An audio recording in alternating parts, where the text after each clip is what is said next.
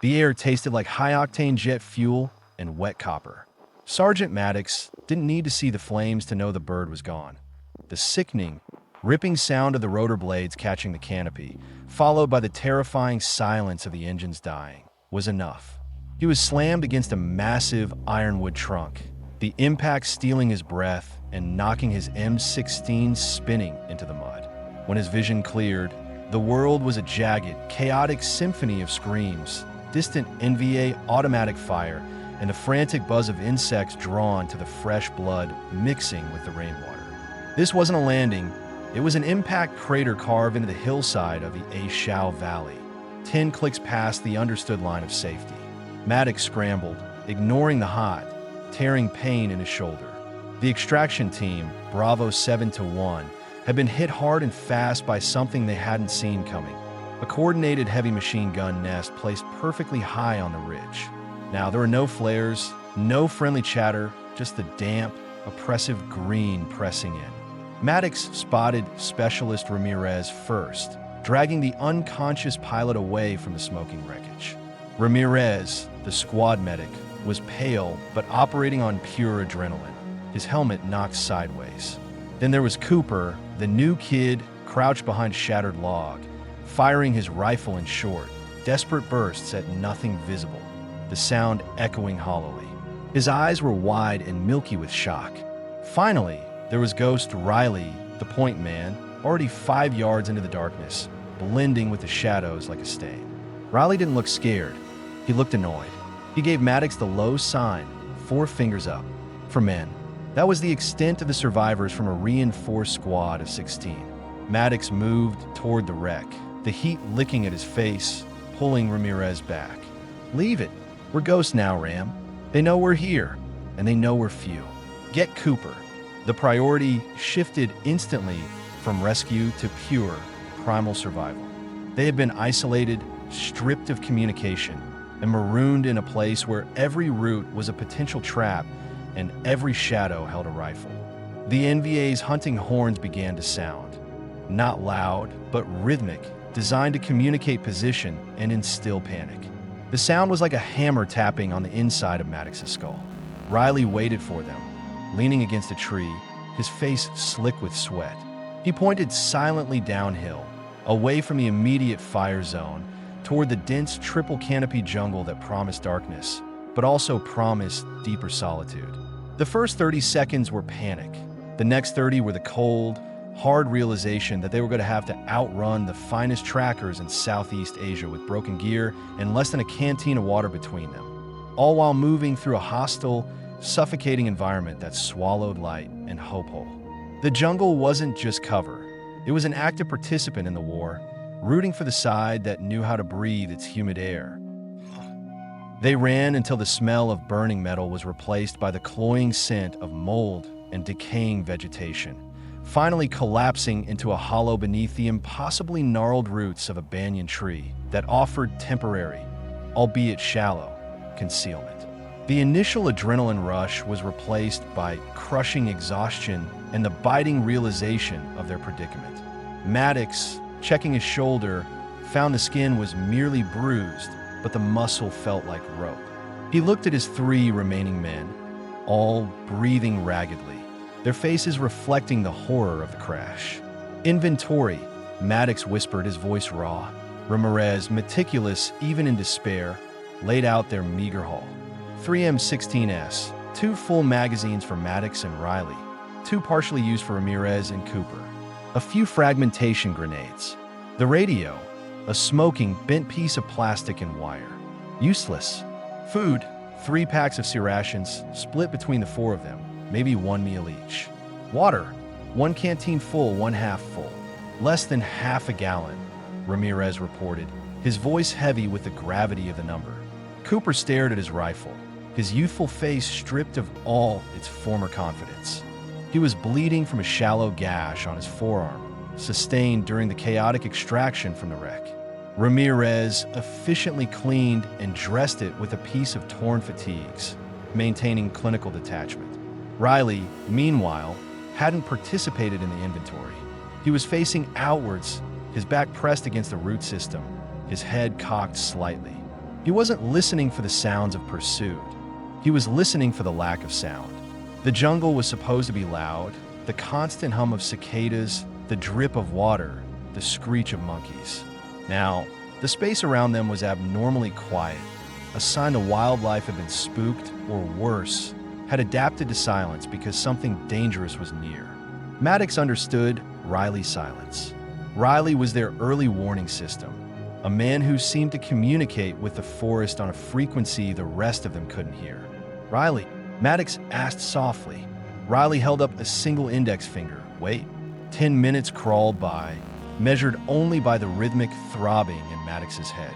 The silence held. Then a branch cracked, far too clearly, far too distinctively, about 50 yards down the slope. It wasn't the noise of someone crashing through the undergrowth. It was the noise of someone testing their footing carefully. They're tracking, not sweeping. Riley finally breathed, his voice barely audible. "One man, maybe two. Good, two. He's listening to our breathing." The realization hit Maddox hard. They weren't just lost. They were prey in a highly specialized, deadly hunt. Their chances of survival were now dependent entirely on the ability of 4 exhausted, undersupplied men to outwit a seasoned hunter on his home turf. They had to move, and they had to move perfectly silently. Their movement was agonizingly slow, dictated by Riley's pace. Maddox had set a course due west, aiming for a secondary extraction zone codenamed Firefly, roughly 40 kilometers through terrain that looked like God had spilled 1,000 green razor blades across the map. Riley moved with the grace of flowing water. Each footfall tested before the weight was committed, ensuring no leaves were unnecessarily rustled, no small stones disturbed. Maddox watched him, marveling at the contrast between Riley's internal calm and the external chaos of the jungle. Riley could smell metal and sweat over the rotting leaves and humid air.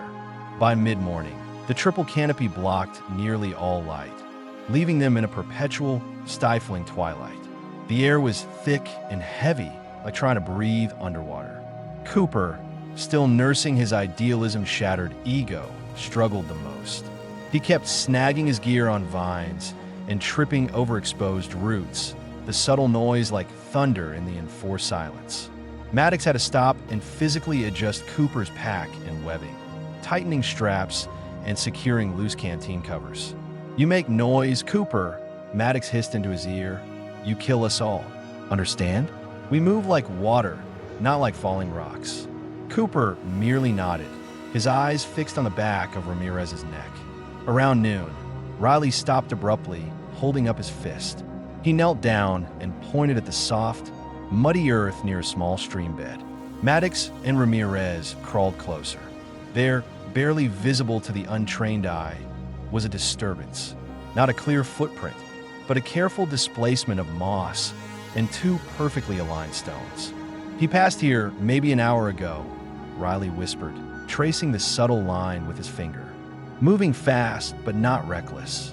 He didn't break that fern, he bent it back and let it go. He knows we're looking behind us, so he's doing things only a trained eye would miss." This wasn't just a pursuit, it was psychological warfare. The tracker, or trackers, were demonstrating their skill, applying pressure, letting the hunted know they were always only a few steps behind. Riley explained that the alignment of the stones was a subtle marker for his own team, confirming the route they had taken. It was the arrogance of an expert hunter who knew his prey was wounded. Maddox felt a cold knot form in his stomach. They weren't fighting regular ground troops. They were up against a specialist. Perhaps even one of the dreaded Rung-Sat sapper teams, known for their almost supernatural stealth and patience. They pressed on, but the dynamic had shifted. They were no longer simply navigating. They were anticipating the next move of an unseen shadow, constantly reading the landscape, not for direction, but for traps. Riley started altering their path erratically, deliberately crashing through a patch of thorns before doubling back, forcing the NVA tracker to waste time deciphering the confusing trail, trading exhaustion for a fleeting chance at distance. It was a desperate gamble, but their only alternative was to be cornered. The relentless, suffocating humidity began to strip away their endurance faster than the pursuit. They had avoided water for the first day, afraid to break cover near any of the stagnant jungle pools. But by the second morning, dehydration was a burning, relentless agony. Their lips were cracked, their mouths dry and metallic, and the lack of fluid was causing their muscles to cramp, making Riley's delicate, silent movements almost impossible for the others to mimic. Maddox finally gave the order to approach a muddy, slow-moving tributary. It was a risk, as rivers were natural ambush points, but without water, they wouldn't last another 5 hours. Ramirez filtered the fetid, brown liquid through a scrap of field dressing in their shirts, a futile attempt to make it clean, before pouring meager rations into their tin cups. It tasted like earth and sickness, but the immediate relief was profound. As they drank, Riley was scanning the opposite bank, his eyes narrowed. "He used this river too," Riley stated, pointing to a smear of mud slightly higher than the current water level. "And he left us a gift."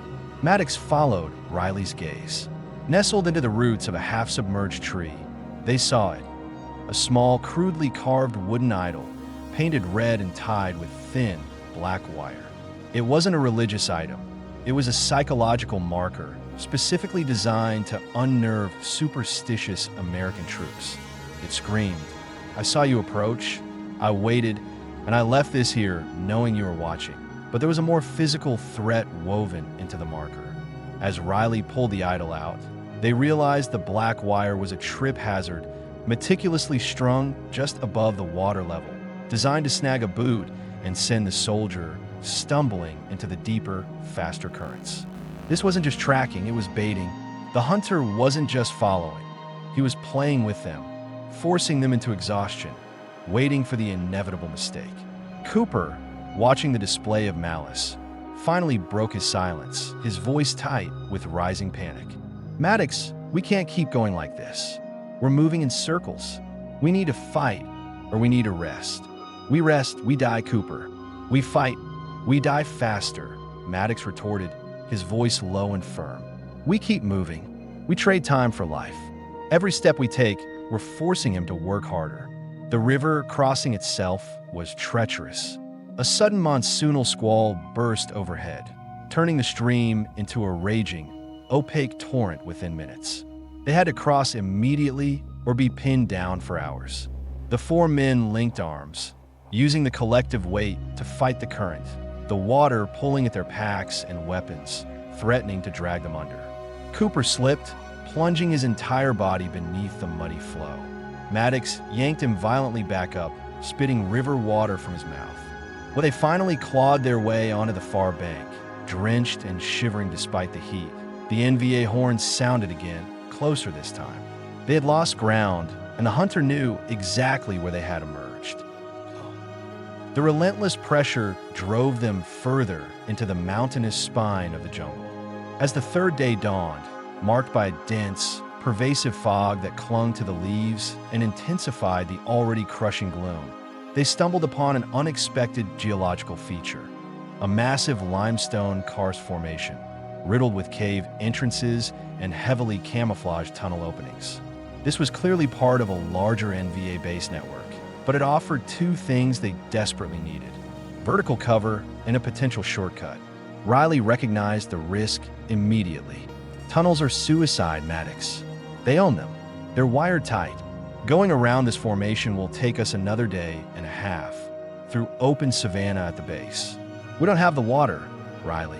We go in, we go fast, and we hope the main complex is deeper in than this entrance. Maddox made the call based on mathematics, not instinct. Survival had become a grim calculation of risk versus resource depletion. They chose the narrowest opening, barely large enough for a man wearing a full pack to squeeze through, masked by a thick curtain of dangling ferns. The entrance smelled of bats, stale air, and something acrid. Maybe old munitions, maybe latrines. They squeezed into the absolute darkness, immediately trading the oppressive heat for a damp, suffocating chill. They moved in single file, Riley, Maddox, Ramirez, and Cooper bringing up the rear. The air grew heavier, pressing against their eardrums. The silence inside the earth was more terrifying than the noise of the jungle.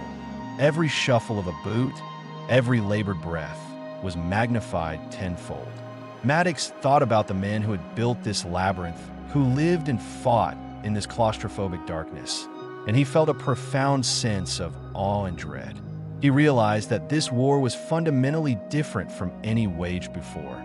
It wasn't fought on open fields or defined lines, but in the unseen, silent places where sanity frayed. It forced a soldier to redefine his purpose. Was it to accomplish the mission, or merely to ensure the man next to him got to breathe tomorrow? It was a simple, existential question that haunted the minds of every grunt facing certain death in the green hell.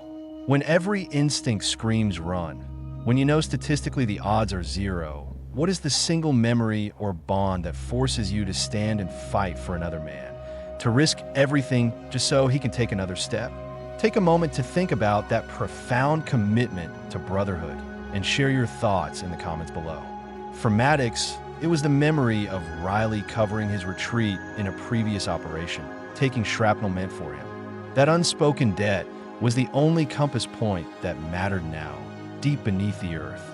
They used Riley's Zippo lighter sparingly, tiny, flickering bursts of light revealing rough-hewn walls and low, uneven ceilings.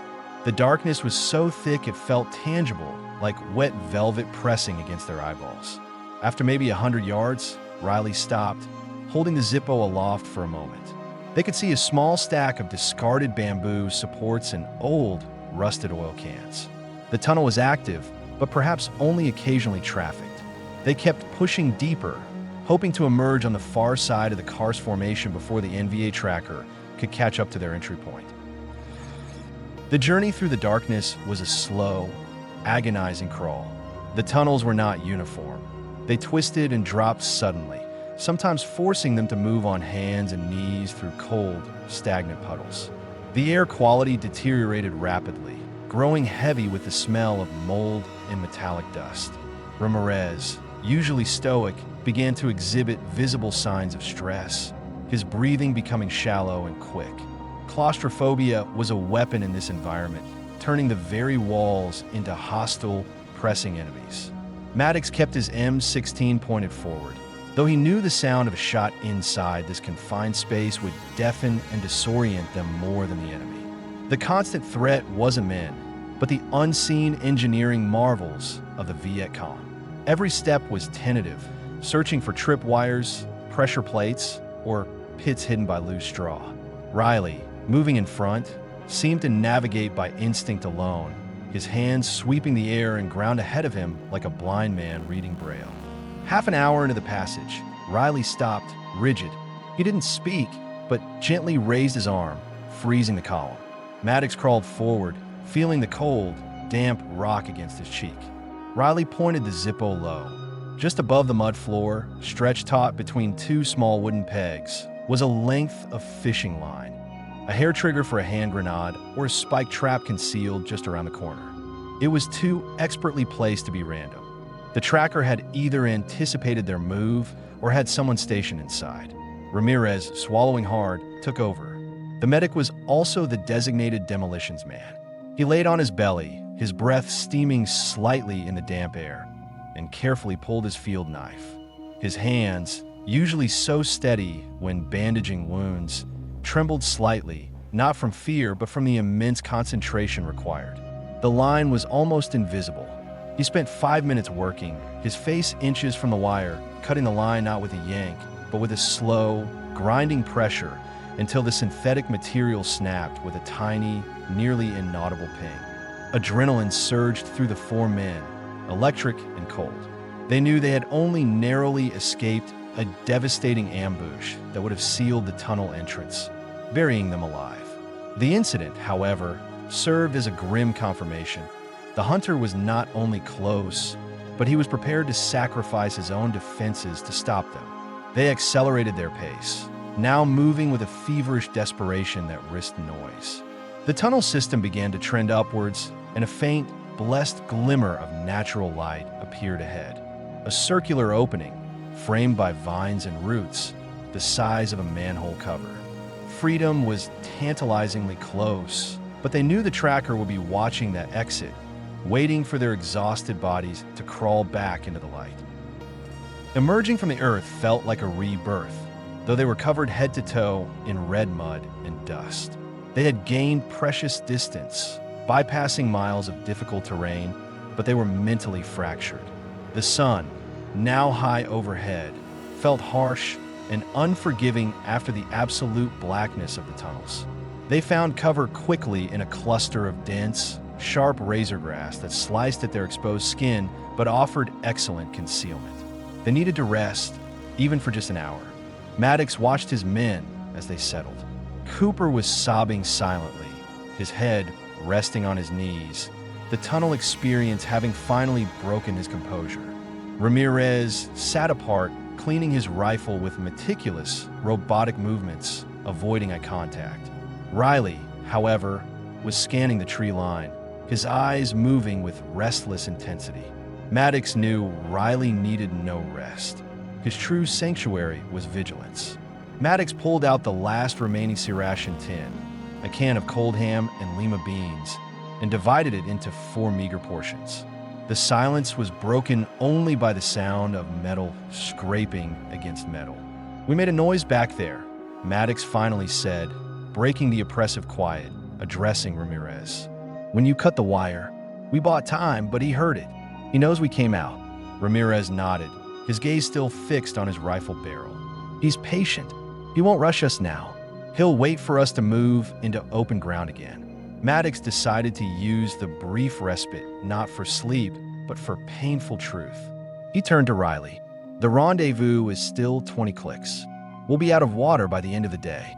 You see a path, Riley, or are we just walking toward a trap?" Riley didn't hesitate. "The path is there, Sergeant. It's hard ground, but it leads high, across the ridge line. Better visibility, less mud, but we'll be exposed." And he paused, looking directly at Maddox. "We won't lose him. He's better than us in this environment. He knows the ground. We have to make him think we're heading for a soft target." Maddox understood. They needed to force the tracker to commit, to stop observing and start attacking, giving them a chance to turn the tables. He thought about a failure 5 months prior, a mission where he'd prioritized saving gear over saving a man, a choice that still tasted like ash in his mouth. That mission had taught him the only objective that truly mattered was the life of the soldier beside him. "We move high," Maddox confirmed, clicking his magazine into place. "Ramirez, you and Cooper flank us. 10 yards out. If we draw fire, you hit the source hard, then pivot back to the ridge. We are not leaving anyone behind. Ever. Understand?" The 3 men nodded, the silent pact reinforced. The exhaustion was still there, but the uncertainty had been replaced by a grim, shared determination. They were done running. Now they would maneuver. They began the arduous ascent up the ridge, the sun beating down mercilessly on their exposed position. The air thinned, and every muscle screamed in protest. The rocky, unforgiving path toward their boots, but the higher elevation offered a panoramic view of the vast, green ocean of the jungle they had just escaped. For the first time in days, they felt a breath of wind, though it was hot and dry. By late afternoon, they had achieved the crest. Riley led them into a small, naturally fortified pocket of rock and stunted brush, perfect for observation. It was also, Maddox knew, the point where the tracker would likely make his move, knowing the high ground offered them the best chance for signaling extraction. They waited, their nerves stretched taut, the silence now a screaming anticipation. It was Cooper who saw it first, not a man, but a movement in the low brush 200 yards below. A slight flicker of light reflecting off metal, gone in an instant. "Contact 6 o'clock low," Cooper whispered, his voice shaking, but thankfully clear. Riley confirmed it immediately. "One man. He's taking a position behind that large gray boulder. He's setting up to ambush." The hunter, confident in his abilities, had finally revealed himself. This wasn't a patrol. It was the dedicated specialist they had been fighting for 3 days. Maddox knew this was the moment of truth. If they hesitated, the tracker would wound one of them and pin down the rest, making them easy targets for his reinforcements. Maddox gave a quick, sharp order. Ramirez, Cooper, hold fire. Riley, wait for my signal. When he fires, we collapse the perimeter. Maddox leveled his M16, peering through the scope, aiming for the thin sliver of rock he thought sheltered the tracker. But before Maddox could fire, a sharp, distinct crack echoed up the slope. The sound wasn't from an AK-47. It was a highly accurate sniper round. Riley gasped, clutching his left shoulder. He hadn't drawn fire to the group. He had offered himself as the primary target. Maddox immediately laid down a suppressing burst toward the boulder. Riley down. Ram, cover him. The immediate plan dissolved into chaos. Ramirez, showing an incredible, selfless burst of instinct, didn't hesitate. He dropped his rifle and sprinted, low to the ground, straight toward Riley, dodging the second round which chipped the rock where Riley had been a second earlier. Maddox and Cooper poured fire down the slope, forcing the tracker to keep his head down. Ramirez reached Riley, who was pale but conscious, blood blooming rapidly across his collarbone. "It's clean," went right through. Riley grunted, trying to suppress the pain. Ramirez wrapped him tightly with a field dressing, pulling Riley's dead weight toward the cover of the rocks. The speed and sheer disregard for his own safety that Ramirez showed was the purest definition of their brotherhood. They had turned the moment of their capture into an immediate counter-assault. The tracker, startled by the aggressive, wounded response, shifted position, revealing his silhouette for a fraction of a second as he scrambled behind the boulder. That was all Maddox needed. He squeezed the trigger, emptying half his remaining magazine. The firing stopped abruptly. They held the perimeter, listening for the expected return fire, but all they heard was the wind and the distant hum of the jungle. The silent hunter was finally silent. The silence that followed the gunfire was almost worse than the combat itself, thick and heavy with unspoken questions. They listened for 20 minutes, M16s trained on the boulder, but nothing moved. The tracker was either dead or critically wounded and retreating. Either way, they had won a temporary reprieve, but at a severe cost. Riley was functional, but the bullet had taken a chunk of muscle, and he was losing blood steadily. The pain was radiating, turning his usually calm demeanor into a clenched mask of agony. Ramirez stabilized the wound, using the last of their morphine, knowing the drug would slow Riley down. But it was necessary to prevent him from collapsing from shock. The wound, though technically clean, meant their pace would be drastically reduced. They were only 5 kilometers from the theoretical extraction zone, but those last miles felt like 500. They had used nearly all their remaining ammunition and all their medical supplies. They were operating on fumes. They couldn't carry Riley effectively without attracting immediate attention, so the medic lashed Riley's arm to his chest, forcing him to keep moving, relying on sheer willpower and the heavy dose of painkiller. Cooper, strangely energized by the violent exchange, took the point, moving cautiously but decisively, his fear replaced by a focused, protective intensity. He was no longer the frightened kid. He was a soldier fighting for his brothers. Maddox watched the change with grim satisfaction. The jungle had a way of hardening men instantly, stripping away the superfluous layers of peacetime idealism until only the raw core of survival remained. They moved slowly down the opposite side of the ridge, abandoning the high ground for the relative concealment of the valley floor, where the vegetation was thick and the shadows deep. The next 3 hours were a relentless, grinding test of endurance. Riley drifted in and out of consciousness, leaning heavily on Ramirez, who himself was stumbling from exhaustion. Maddox pushed himself to the front, checking every route, every shadow, knowing that the absence of the tracker didn't mean the NVA had left the area. They were near a known enemy staging area.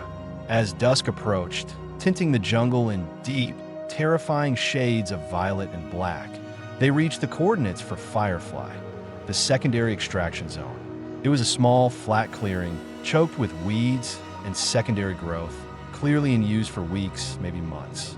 No markers, no signal panel, no sign of life, only the incessant chirping of crickets. The rendezvous was a bust. Maddox felt a crushing wave of despair unlike any he had experienced. They had fought, they had bled, they had risked the tunnels, only to reach an empty, useless spot on the map. They collapsed in the center of the clearing, too defeated to even seek cover. Cooper looked at Maddox, his eyes wide and pleading. "What now, Sergeant?" "We wait." Maddox looked up at the rapidly darkening sky, then down at the barely breathing Riley. Waiting meant death by dehydration or capture. "No," Maddox said, rising slowly, his limbs stiff. "We move." He pointed toward the highest peak visible in the fading light. "We climb. We find a place to signal. We pray." The despair was a physical weight heavier than their packs. They had reached the designated safe zone, and it was a tomb, with Riley in a fading morphine haze and only a sip of muddy water left. The realization that they had been chasing a ghost, a point on a map that U.S. Command had likely long forgotten, was almost too much to bear. But the bond held them. Ramirez, despite his fatigue, kept murmuring reassurances to Riley, constantly checking the tight dressing on his shoulder. Cooper, taking the initiative now, scouted the perimeter of the clearing, finding a slightly used trail leading towards the only prominent feature on the horizon, an exposed ridge line about 2 kilometers away, nicknamed Razorback for its jagged peak. It was a perilous march, but it was their last shot. They couldn't survive another night, at low elevation, without water and food. The climb in the darkness, lit only by the sliver of the new moon occasionally piercing the canopy, was brutal. They moved at a snail's pace, constantly slipping on loose scree and hidden roots. Maddox kept his mind focused on the simple mechanics of walking, shutting out the crushing reality of their situation. He thought only of the next footfall, the next breath, the next 5 minutes. It was the purest form of survival. When they finally dragged themselves onto the Razorback Ridge, the first hint of pre-dawn light was staining the eastern horizon. They were exposed, vulnerable, and completely exhausted. Maddox checked the clearing. No movement. He pulled out his last remaining signal mirror, its surface dulled by mud and condensation. He desperately began sweeping the mirror across the slowly lightening sky, aiming for the area where he knew the nearest friendly base would be, dozens of miles away. Nothing. Minutes stretched into an eternity. Cooper slumped against a rock, whispering unintelligibly. Ramirez had his head bowed over Riley, checking his pulse. It was over. They had pushed past the breaking point, and still, the world offered nothing but indifference. Maddox stopped sweeping the mirror, letting his arm drop heavily. He stared out at the unbroken expanse of green below, realizing that the jungle had won. It had swallowed them whole. Just as he was about to toss the useless mirror aside, a low, faint whine, almost lost in the morning insect chorus, reached his ears. It wasn't the sound of an engine. It was a rhythmic, pulsing sound, like a large machine working far away. Cooper's head snapped up. "Did you hear that?" he croaked.